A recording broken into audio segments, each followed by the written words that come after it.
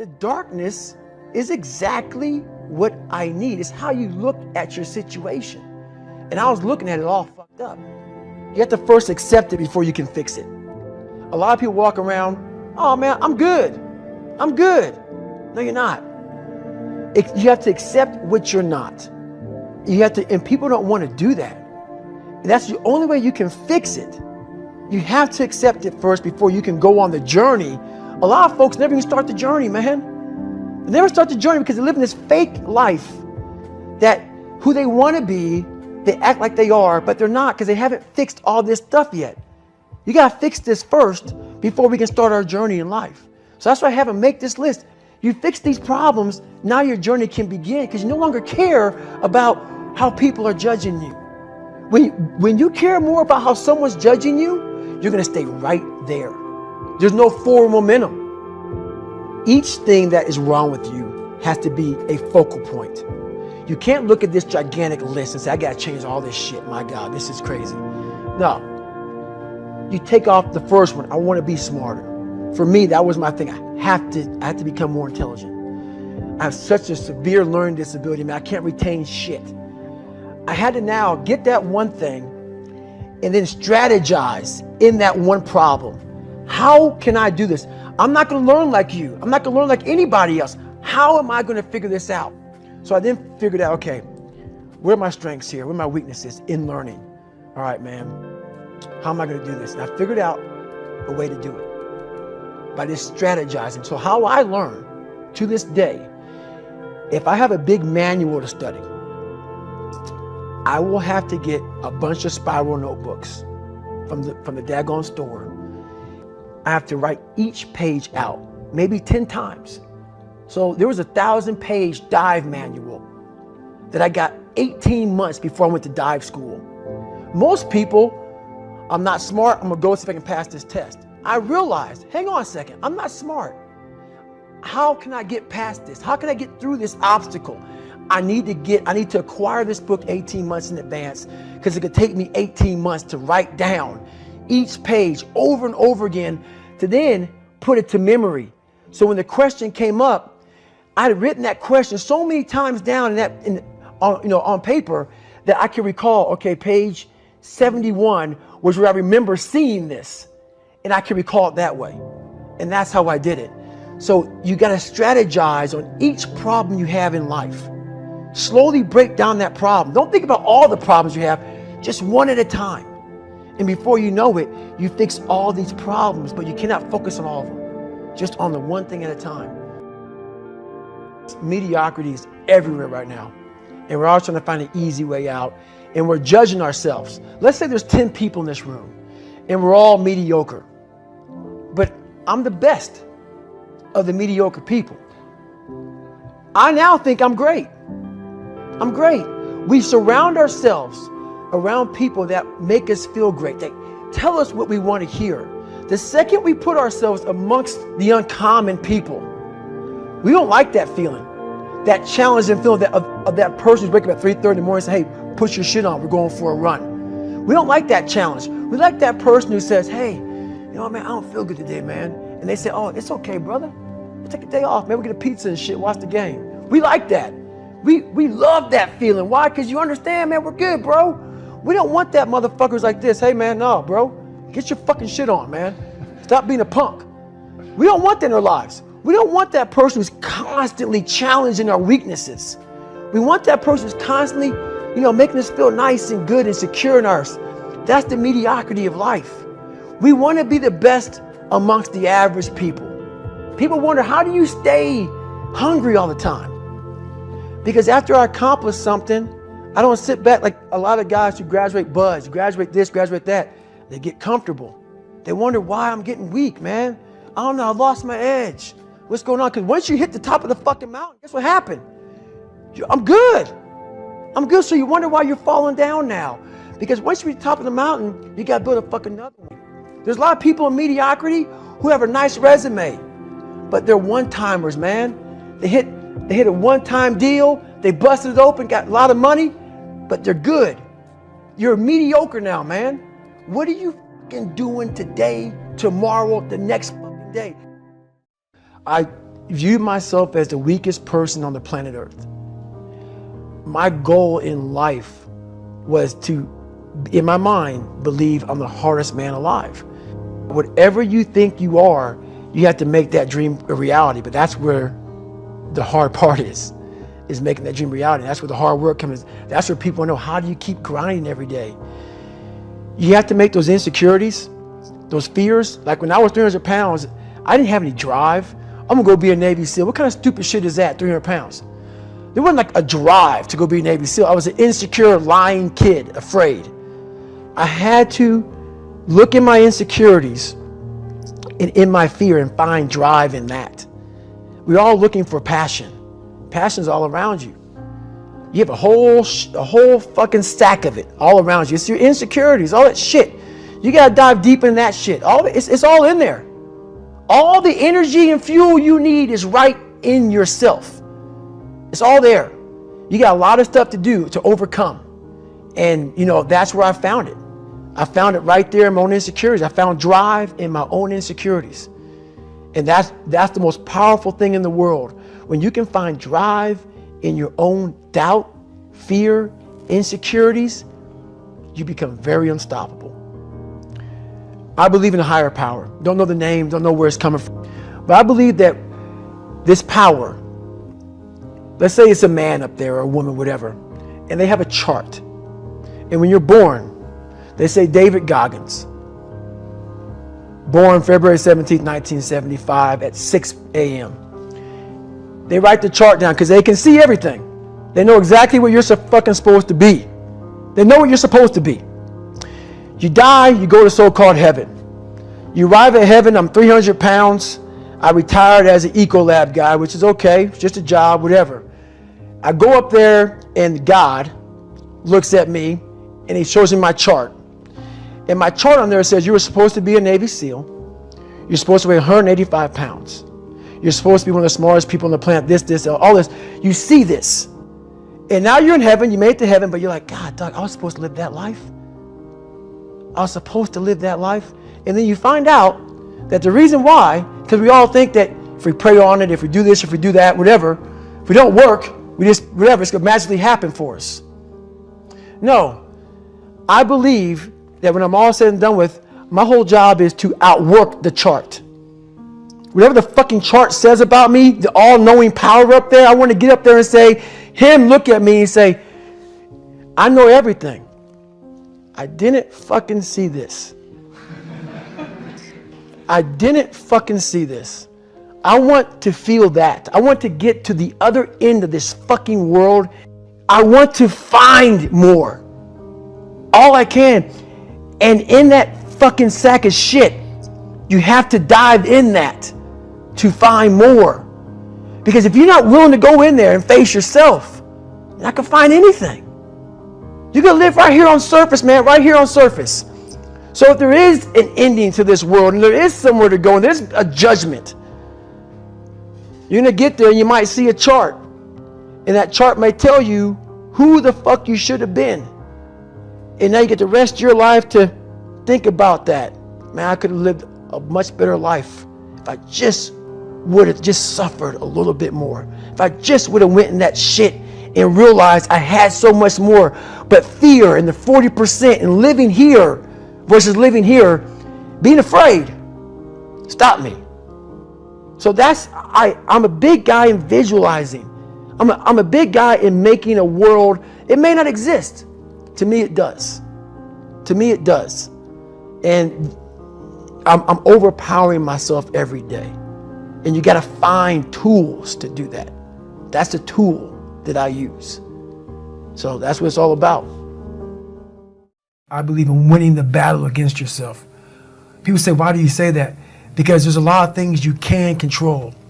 When you wake up, I talk about making your bed. Make your bed. Make sure your house is clean. Make sure you get your breakfast. Make sure you shower, shave. Whatever you're doing, control that. Don't hit the snooze button. All these things are very important. That's been told a lot of times. Why don't you hit the snooze button? Because you wake up already failing.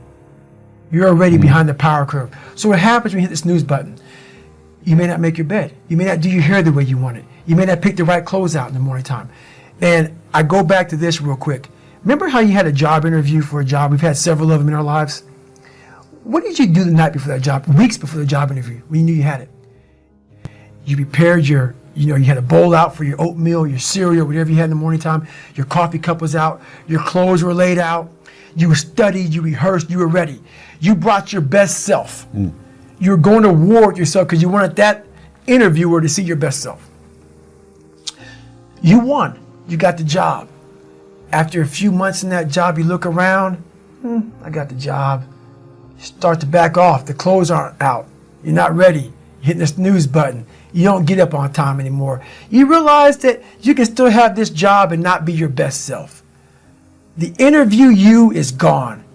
Your job is gone. You have your job, but the interview you is gone. So winning the battle in the morning time is just that. It's that you wake up in the morning time and you own all this stuff, because once you leave your house, the world then gets at you. And that's why I believe in not getting up in the morning time and checking your phone immediately. Everybody does that. They get up, the first thing they do is grab their phone, look at the phone.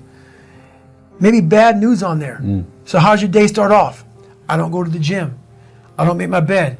You're caught up now on that phone. That's how your day starts. You lost control. So once you win that battle in the morning time, then once you go out, now you've won. You go outside your house, you may lose your job, you may have a bad hit, but you won something. So you're going into battle having already won something. Having already won. So then if you hit the snooze button, you go out, you just defeated already. You're behind the power curve. Now you've won something. You feel better about yourself. So now you're able to take these hits along the way. Yeah. So that's the mindset that I think it's important to bring with you every day you go, everywhere you go in life. And anybody, not just Navy SEALs, but anybody that can accomplish anything that is hard. The only separator is that they really want to be there. There's some people that get inspired, and that inspiration moves them to try to do something. But the inspiration is very high right now in this nice environment. We're in a nice environment. The ocean's out there. I'm talking to you. If I want to go to the fucking refrigerator and get something to drink, eat, I can. I watch a movie about some badasses, you're inspired. But the second you're not in this environment and you're actually doing what inspired you, that suck factor is now real. You can't just get off your fucking couch and get a fucking shake or get a fucking box of donuts or turn the TV or go take a shit or a piss or go get your girlfriend to cuddle up. No, you're now there. And only those people who have been there a million times in their minds and have lived in that water and have suffered a million times and realize my legs may break, my knee may break, my bones will hurt, I will be the coldest I've been in my life, I will be miserable, and accept that. Because what happens is when you get in a horrible situation in life, your mind, I call it my 1 second decision. When you get in a horrible situation in life, your mind immediately says, get the fuck out of here. Everybody's does, even if you want to be there. But it starts to have all these different questions in your mind in that 1 second. And it says, okay, why are you here? Why are you doing this? Why this? Why that? And then you start to say to yourself, if you don't want to be there that bad, I have a beautiful wife at home, man. Why the fuck am I doing this, man? Like, this is stupid. This is gonna get these guys injured. Like they're gonna pay for this for the rest of their lives. I'm not gonna break my body up to do this. Your mind starts to say, yeah, this is stupid. But if you are already knowing that this is gonna happen to you, you have all the answers to these questions that your mind starts to give you when you're in suffer mode.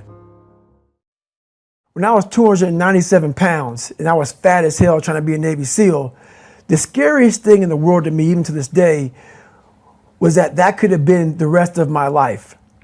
I thought then I was trying hard. That's the scariest thing in the world. I thought then, 297 pound, working for Ecolab, spraying for cockroaches, making $1,000 a month. I thought that was me at my 100% potential. Come to find out, a few years later, I wasn't anywhere near that. 106 pounds less, graduate Navy SEAL training, went on to do all these other things. Looking back on that, that was me trying hard. That's why people gotta understand, what is in us, we have no idea until we start trying hard. And I mean really trying hard, where you're obsessed with, hey, this is my new norm. My new norm is that, wow, this isn't always fun. It's not always meant to be fun. And that's when you know you're trying hard. We all have two people. We all have two people. And I'm not saying you're crazy. We have the easy voice, which is that 20% telling yourself that I'm easy at 90% of my full potential, maybe 100% at that 20%. That's that voice that we all love. That's that very comfortable voice that's that mommy holding you saying it's going to be okay. Doesn't care how good you are, just loves you. Just loves you no matter how messed up you are in life. That's where you want to be at. So that's that one voice. This other voice that we walk very far away from is a voice saying, hey man, you ain't doing shit. So we try to get this voice out of our head completely. And we live over here in this land. So what you have to do first is turn up this voice over here. The voice saying things to you that aren't nice. That it's in our head saying, you know what, man, dude, you're not doing shit. I mean, and it's not putting yourself down. People take this the wrong way in this new society. I'm not saying to put yourself down. I'm saying listen to the truth. And the truth isn't in the 20%. The truth is in this other part of your brain saying, look, man, you're wasting a bunch of percentage here. We have 80 more percent that we're not tapping into, because in this other 80% is suffering, pain, failure, self-doubt, darkness, and then a whole bunch of light. But to get to this light, you got to go through all of this shit. So a lot of us know that. We know. We do know deep down. Yeah, I can get over here, but over here, man, this is much better, because I got to go through this journey that is not fun. This from 20 to 100%, this shit in between is not fun. So we decide to live over here. So everybody goes, how do you do that? You know exactly how to do that. You know exactly. It's not a magic trick. There's nothing I talk about in that book that's a magic trick. It's all back down to a very primitive mindset of we just have to do. It's like breathing. Breathing becomes normal. Like we don't even know that we're doing it. That's how you have to live your life. When that alarm clock goes off at 4 or 5 in the morning, your mind says no. You just say, it's just what we do. It's what we do now.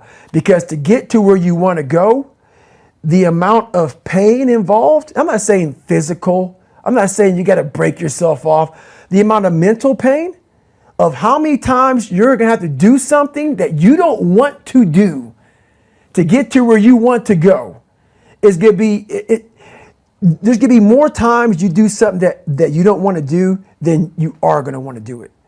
And that's your new norm. That's your new norm. So then it's like breathing. And then once you do this over and over and over again, it becomes like breathing. I don't want to live this lifestyle, but to get to the other side of this, I have to. So if you really want it, you realize what trying is and what trying is not. And your brain is the most powerful weapon. I talk about that in one of these chapters. Your brain is the most powerful weapon in the world. Once you put away your phones and your computers and all that shit we have nowadays, yeah, it's great. We're up to date. But your brain is the only thing you have when you're going through depression, when you're going through hard times, when you're going through death, real life shit. You can't Google that shit, man. You're alone. You're alone. You may have a shrink you're going to. You may have a best friend you're going to. But there's 24 hours in the day where you're alone in this brain. And your brain is talking to you in all kinds of ways. And it wants to control you and pull you in these different pockets. If you can't control your own brain and your brain controls you, you're fucked. You got to tell your brain where you want to go and how you want to go and how you want to get there. You got to control it. If not, it's over. It's over. And all of that you learned from your own brain. You didn't Google this shit. No. You didn't buy books. It didn't exist. This shit didn't exist. I couldn't even fucking spell Google back then. This shit didn't exist, man. what existed for me was, okay, man, how am I going to fucking make this work? And all I knew back then was hard work. The only way anything gets accomplished. That's all I heard back in those days. You got to work hard. You got to work hard. I'm not getting I can't get this paragraph. I can't remember what the fuck's in this paragraph to pass this test to get in the military. Read again. Still not getting it. Read again. But if you're not getting it, write it out. And that's how I started learning. Okay, well, I got to write out every fucking thing I do. And then write it out again. And write it out again. And guess what happened? I got it. I got it. I can't swim. I'm negative buoyant. Go back again. I can't swim. Go back again. Go back again. Go back again. I got it. I realized if I keep going back and going back and going back until the shit just becomes, your mind will say, fuck, okay, we're going to figure it out. It'll find a way. Because he is not going to stop. It's not like I'm going to try one more time. No. It's just like alarm clock goes off, boop, we're going back. I can't read right, we're going back. I gave myself no way out, and my mind realized that. They said, okay, we're going to adapt and overcome now. So you have to teach your mind this is the new normal, This and is you the better new get norm. with the fucking program. That's right. And as soon as it realizes that you're serious, then it adapts. I'm not playing a game. Right. But if it thinks you're playing a game, it knows. It won't adapt. It like a lot of people say, like when I say trying hard, your mind knows, man. It knows this guy's bullshitting me, man. This guy's lying. There's no truth behind it. When I was in Navy SEAL training, people go, how were you there for 18 months? The program was only 6 months long. You were in 3 hell weeks in 1 year. No one's ever done that. How did you do that? I talk about the new norm. When I lived in a $7 a month place when I was growing up for a short period of time, I loved it. I didn't know any different. That was my norm. Once we moved out of that place, we moved to a $236 a month place. I was like, shit, I never want to go back to that little piece of shit. But if you go back to that $7 a month place and you realize this is where I live, this is all I got. Your mind says, roger that, this is home. So when I was going through Navy SEAL training for 18 months and going back through all the hard parts over and over again, I told myself after the first time, I knew it was gonna be a long journey there. My body was breaking down. It was just how it was going on. I said, you know what? This is my new norm. So my mind said, it's like going to work. Like you go to work, you put your suit and tie on. I go into suffering every day.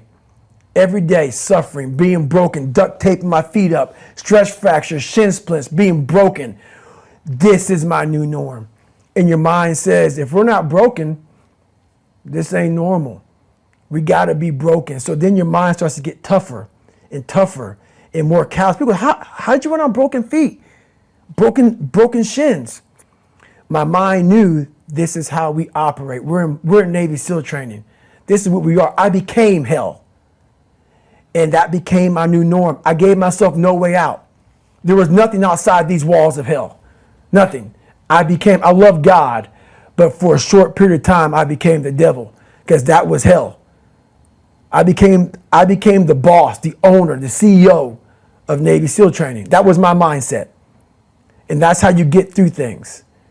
You immerse yourself in wherever it is, and you become that.